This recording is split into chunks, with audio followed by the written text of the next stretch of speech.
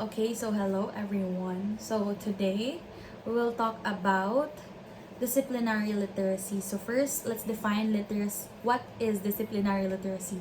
So disciplinary literacy is the specialized subject-specific way that experts read, write, think, and communicate within their field, such as historians, scientists, mathematicians, and literary critics. Each engage text differently. So it says here that rather than treating reading and writing as one size fits all skills, disciplinary literacy recognizes that every field has its own language, evidence criteria, and reasoning process. Okay, so it's not a one size fits all reading skill, because we used to think that if a student knows how to read, they can read anything. But reading a history story is different from reading a science experiment or a math problem. And every subject has its own style and rules, because each subject uses special words, formats, and ways to prove if something is true. And last, finding the truth looks different everywhere. For example, a historian looks for truth by comparing different people's stories, and a mathematician looks for truth using uh step by step logic. Okay, so now we have here three levels of literacy. So our students now has three levels of literacy na naka-pyramid siya. So we have here the disciplinary literacy, specialized subject-specific practices. Second, content area literacy, general study skills applied to textbooks. And the basic one, we have the basic literacy, decoding, basic vocabulary, and fluency. So, first is we have the basic literacy or the step 1 sa kaning mga kinder or mga young students na to. This is where kids learn how to sound out words, learn basic vocabulary, and read smoothly. So, dire mga kuan pala ni mga phonics, mga decoding, tas ka ng mga, they just read the letters, they just read the words without analyzing it. Ang ilang lang is makabasa. And step 2, we have the content area literacy. This is learning general study habits that work for any textbook, like taking notes, highlighting main ideas, or looking up bold words. Okay, so for example, ang mga secondary ang mga elementary students na to, they can now kanang take notes on kanang mga main ideas, maka-analyze na sila sa dapit ang mga main ideas ana siya. And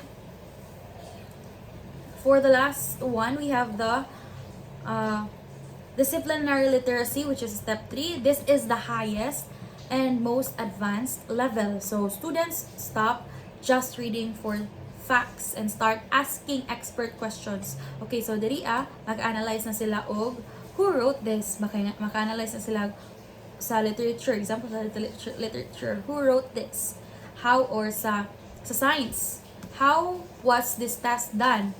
Or sa math pod, or does this math proof actually make sense? So here's the disciplinary literacy or the step 3. Makabasa sila, they can analyze, they can ask critical questions in different levels and in different areas. And we have here why disciplinary literacy matters. So we have 3. So first is we have bridge to higher education and careers. Real world professionals evaluate evidence according to professional standards, not just for the main idea. So, active learning versus passive reading. So, instead of just swallowing facts from a textbook, students become active thinkers who question and analyze information. So, it says here that bridge to higher education and careers. In real jobs, people don't just read to find the main idea. Doctors, lawyers, engineers, and researchers analyze information using expert standards. And we have fosters critical thinking or a deeper understanding. So when students understand why a text is written in a certain way, it becomes much more easier for them to read hard books and papers. Then next slide, we have how it looks like in practice. So instead of read chapter 4 and answer these questions, a disciplinary approach asks students to work the way experts do. So example, there is history.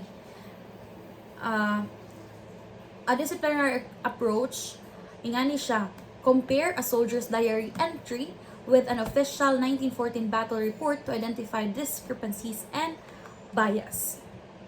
So a teacher gives students a personal letter. So this is a primary source written by a soldier in 1914 and an official news report from the same day. So this can be the secondary source. So students compare them to see who is hiding something or who has a bias. And for the science area, another field, so another lahi na pud siya nga way. So in science, translate a paragraph describing an experiment into a flow diagram, identify missing variables in a published claim. So in science, students read a text about a science test and turn into a step-by-step drawing. They look for missing steps or mistakes in the test, so they analyze. Mangita sila cause and effect, mangita sila o kanang giunsa pagtrabaho ang kani o kana. And lastly, in literature or in English, analyze how an author uses recurring motifs and word choice to build mood beyond summarizing plot. So in literature or in English, students don't just retell what happened in the story. They look at the specific words the author chose to figure out the hidden mood or message. So sa literature, dili lang kay gabasa ta. We analyze to look for the deeper understanding, for the deeper meaning. Unsa di ang butgi pasabot sa author? Is there a hidden message? What is the tone of the story? What is the theme? Who are the characters? What are the lessons that can be learned in the story? So we don't just read, we analyze and we ask critical questions to know if naba sila nasabtan. So that's how students don't just retell, what happened in the story. And in disciplinary literacy across grade levels. Okay, so this is the development. Elementary students build foundational reading skills. Secondary students shift into true disciplinary thinking. So here, elementary, grades kinder to grade 5. So, ang ilaha palandria, ang ilahang foundation is learning to read, identify text types, building subject vocabulary, building background knowledge. While in secondary, grades 6 to 12, they read to analyze, to learn, and to critique. They evaluate authorial bias and perspective, moving between text, data, and diagrams, and lastly, creating field-specific arguments. Excuse me. So young kids are still building the basics.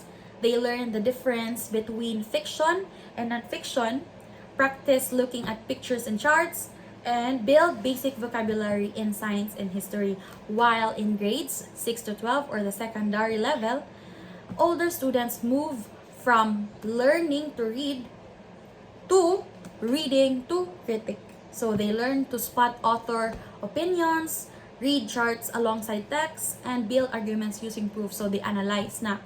They ask critical questions, na makawala na sila ngayon di ay, unsa di naaani, unsa di pasabot ani, nabay tumong ni tanan. So, ingana siya. And we have elementary level, building the foundation. Young learners are still developing basic literacy. Disciplinary literacy here means exposure to different text structures and mindsets. So, diri as elementary level sa science, we have in the area of science, non-fiction books have diagrams, captions, and glossary terms. Students practice making observations. In math, translating story problems into physical objects or visual representations of quantities. In history or social studies, Events happen in timeline. People in the past had different experiences than we do today. And in literature or in English, identifying story elements such as character, setting, problem, and solution. While in secondary level or the thinking like an expert level, middle and high schoolers move beyond general comprehension to interrogate text using the norms of each discipline. So diri sa science area, unlike sa elementary, students just practice making observations. Here sa secondary level, in science, they are questioning experimental design, checking claims against data tables, seeking peer-reviewed accuracy, and they seek for cause and effect. And in math, in elementary level, translating story problems into physical objects or visual representations of quantities, while in secondary level, reading for absolute precision, analyzing what every variable, conditional, or symbol represents. So, kanina mga symbols na, mga variables, yan na. And in history, for the third one, in history, events happen in a timeline. Here sa secondary level, sourcing documents, identifying bias, and corroborating one account against another primary source. So, muna siya katong comparing or differentiating primary and secondary sources katong from storytelling sa mga tao and versus kanang sa mga books nga mabasa, sa mga articles nga mabasa, and identifying bias. And for the last one, literature, in elementary, it's just identifying the story elements. While in secondary level, you think like an expert man here. So you are looking for subtext, symbolism. Nabay makita nga symbolism sa story or sa literature nga imong gibasa. Authorial choices and philosophical themes beyond plot summary. So nabay makita nga kanang mga sa kanang mga socio-cultural context, sa mga anak, anang sa mga biographical context, mag-identify na ka or mag-analyze na mga anak nga level. And so here, text analysis questions in history and science. So ingani na ang mga questions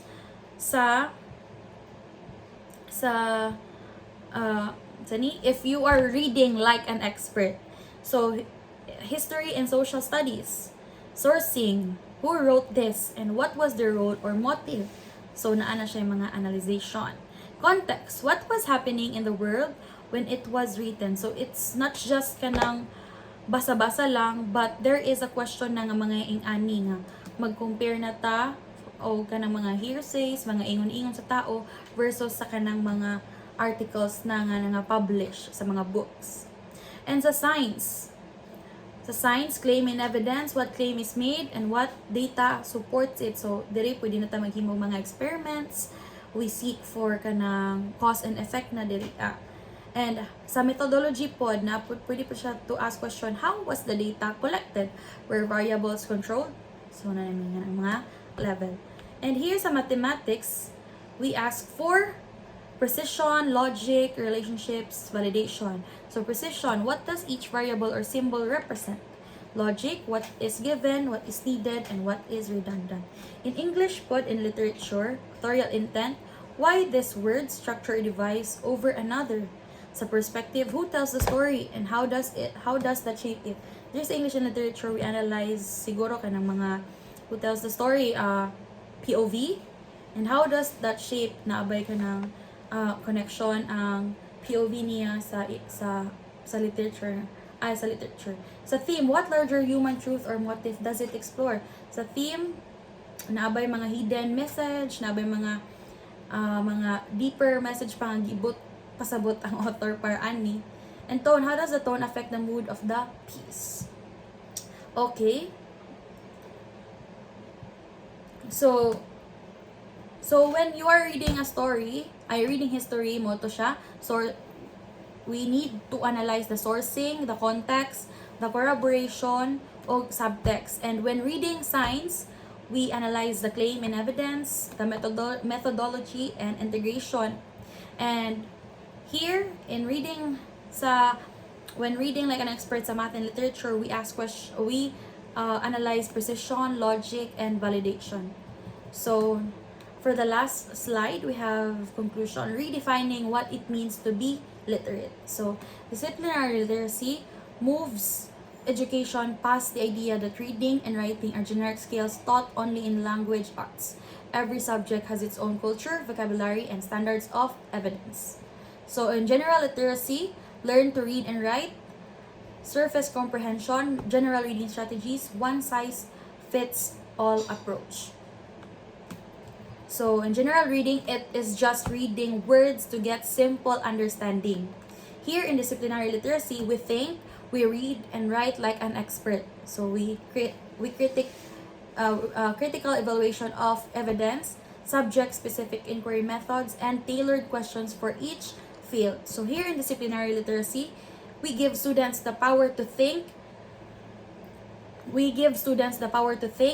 Evaluate evidence, and solve problems like true professionals in any field. So that's it, and thank you so much.